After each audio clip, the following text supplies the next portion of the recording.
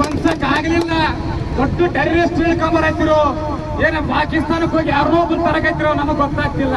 ನಿಮ್ ಕೈಲಿ ಆಗಲ್ಲ ಅಂತ ಹೇಳ್ರಿ 12 ತಾಸಿನ ಗ್ರಾಮದ ಹೋಗ್ಕೊಂಡು ನಾವು ಹಿಡ್ಕೊಂಡ್ ಬರ್ತೀವಿ ಸರ್ಕಾರಕ್ಕೆ. ಅಷ್ಟು ಸಣ್ಣ ತಿಳ್ಕೊಂಬರ್ರಿ ನೀವು. ನಮ್ಮ ಕಾನೂನು ಬಹಳ ಗೌರವ ಕೊಡ್ತೀವಿ.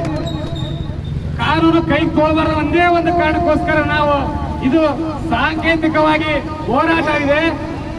ವಾಡಿ ಪೊಲೀಸ್ ಸ್ಟೇಷನ್ ವ್ಯಾಪ್ತಿಗೆ ಬರ್ತಕ್ಕಂಥ PSI ಸಾಹೇಬ್ರಾಗಿರ್ಬೋದು, ಚಿತ್ತಾಪುರಕ್ಕೆ ಬರ್ತಕ್ಕಂಥ CPI ಸರ್ ಆಗಿರ್ಬೋದು, ಆಮೇಲೆ DYSP ಸಾಹೇಬ್ರಾಗಿರ್ಬೋದು, SP ಸಾಹೇಬ್ರಾಗಿರ್ಬೋದು, IGP ಸಾಹೇಬ್ರಾಗಿರ್ಬೋದು, ನಮಗೊಂದು ನಾವು ಬಹಳ ಅತ್ಯಂತ ಸೂಕ್ಷ್ಮವಾಗಿ ಹೇಳಕ್ಕೆ ಇಷ್ಟಪಡ್ತೀವಿ.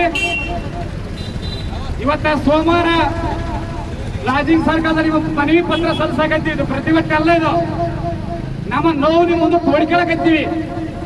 ನೀವು ಏನಾದ್ರೂ ಹಲ್ಲುಗಳಿದ್ರೆ ಅಥವಾ ಮಾಡಿದಂತ ಕಿಡಿಗೇಡಿ ಯಾರೇ ಪ್ರಭಾವಿಗಳಾಗಿರ್ಬೋದು, ಆ ದೊಡ್ಡ ಸಮುದಾಯಕ್ಕೆ ಸೇರಿದವರಿರ್ಬೋದು, ರಾಜಕಾರಣಿ ಆಗಿರ್ಬೋದು, ನೀವು ಬಂಧಿಸಲಿ ನಿರ್ಲಕ್ಷಿಸಿದ್ರೆ ಮುಂಬರಂತ 1 ವಾರ ನಂತರ ನೋಡ್ತೀವಿ ಚಿತ್ತಾಪುರ ಬಂದ್ ಮಾಡ್ಕೊಂತ ಎಚ್ಚರಿಕೆ ನೀಡ್ತೀವಿ. ನಾವು ಯಾರೋ 4 ಜನ ಲೀಡರ್ಗಳು ರಾಜಕೀಯಕ್ಕೋಸ್ಕರ ದಾರಿ ಬಯಸ್ಕೊಳ್ಬಹುದು.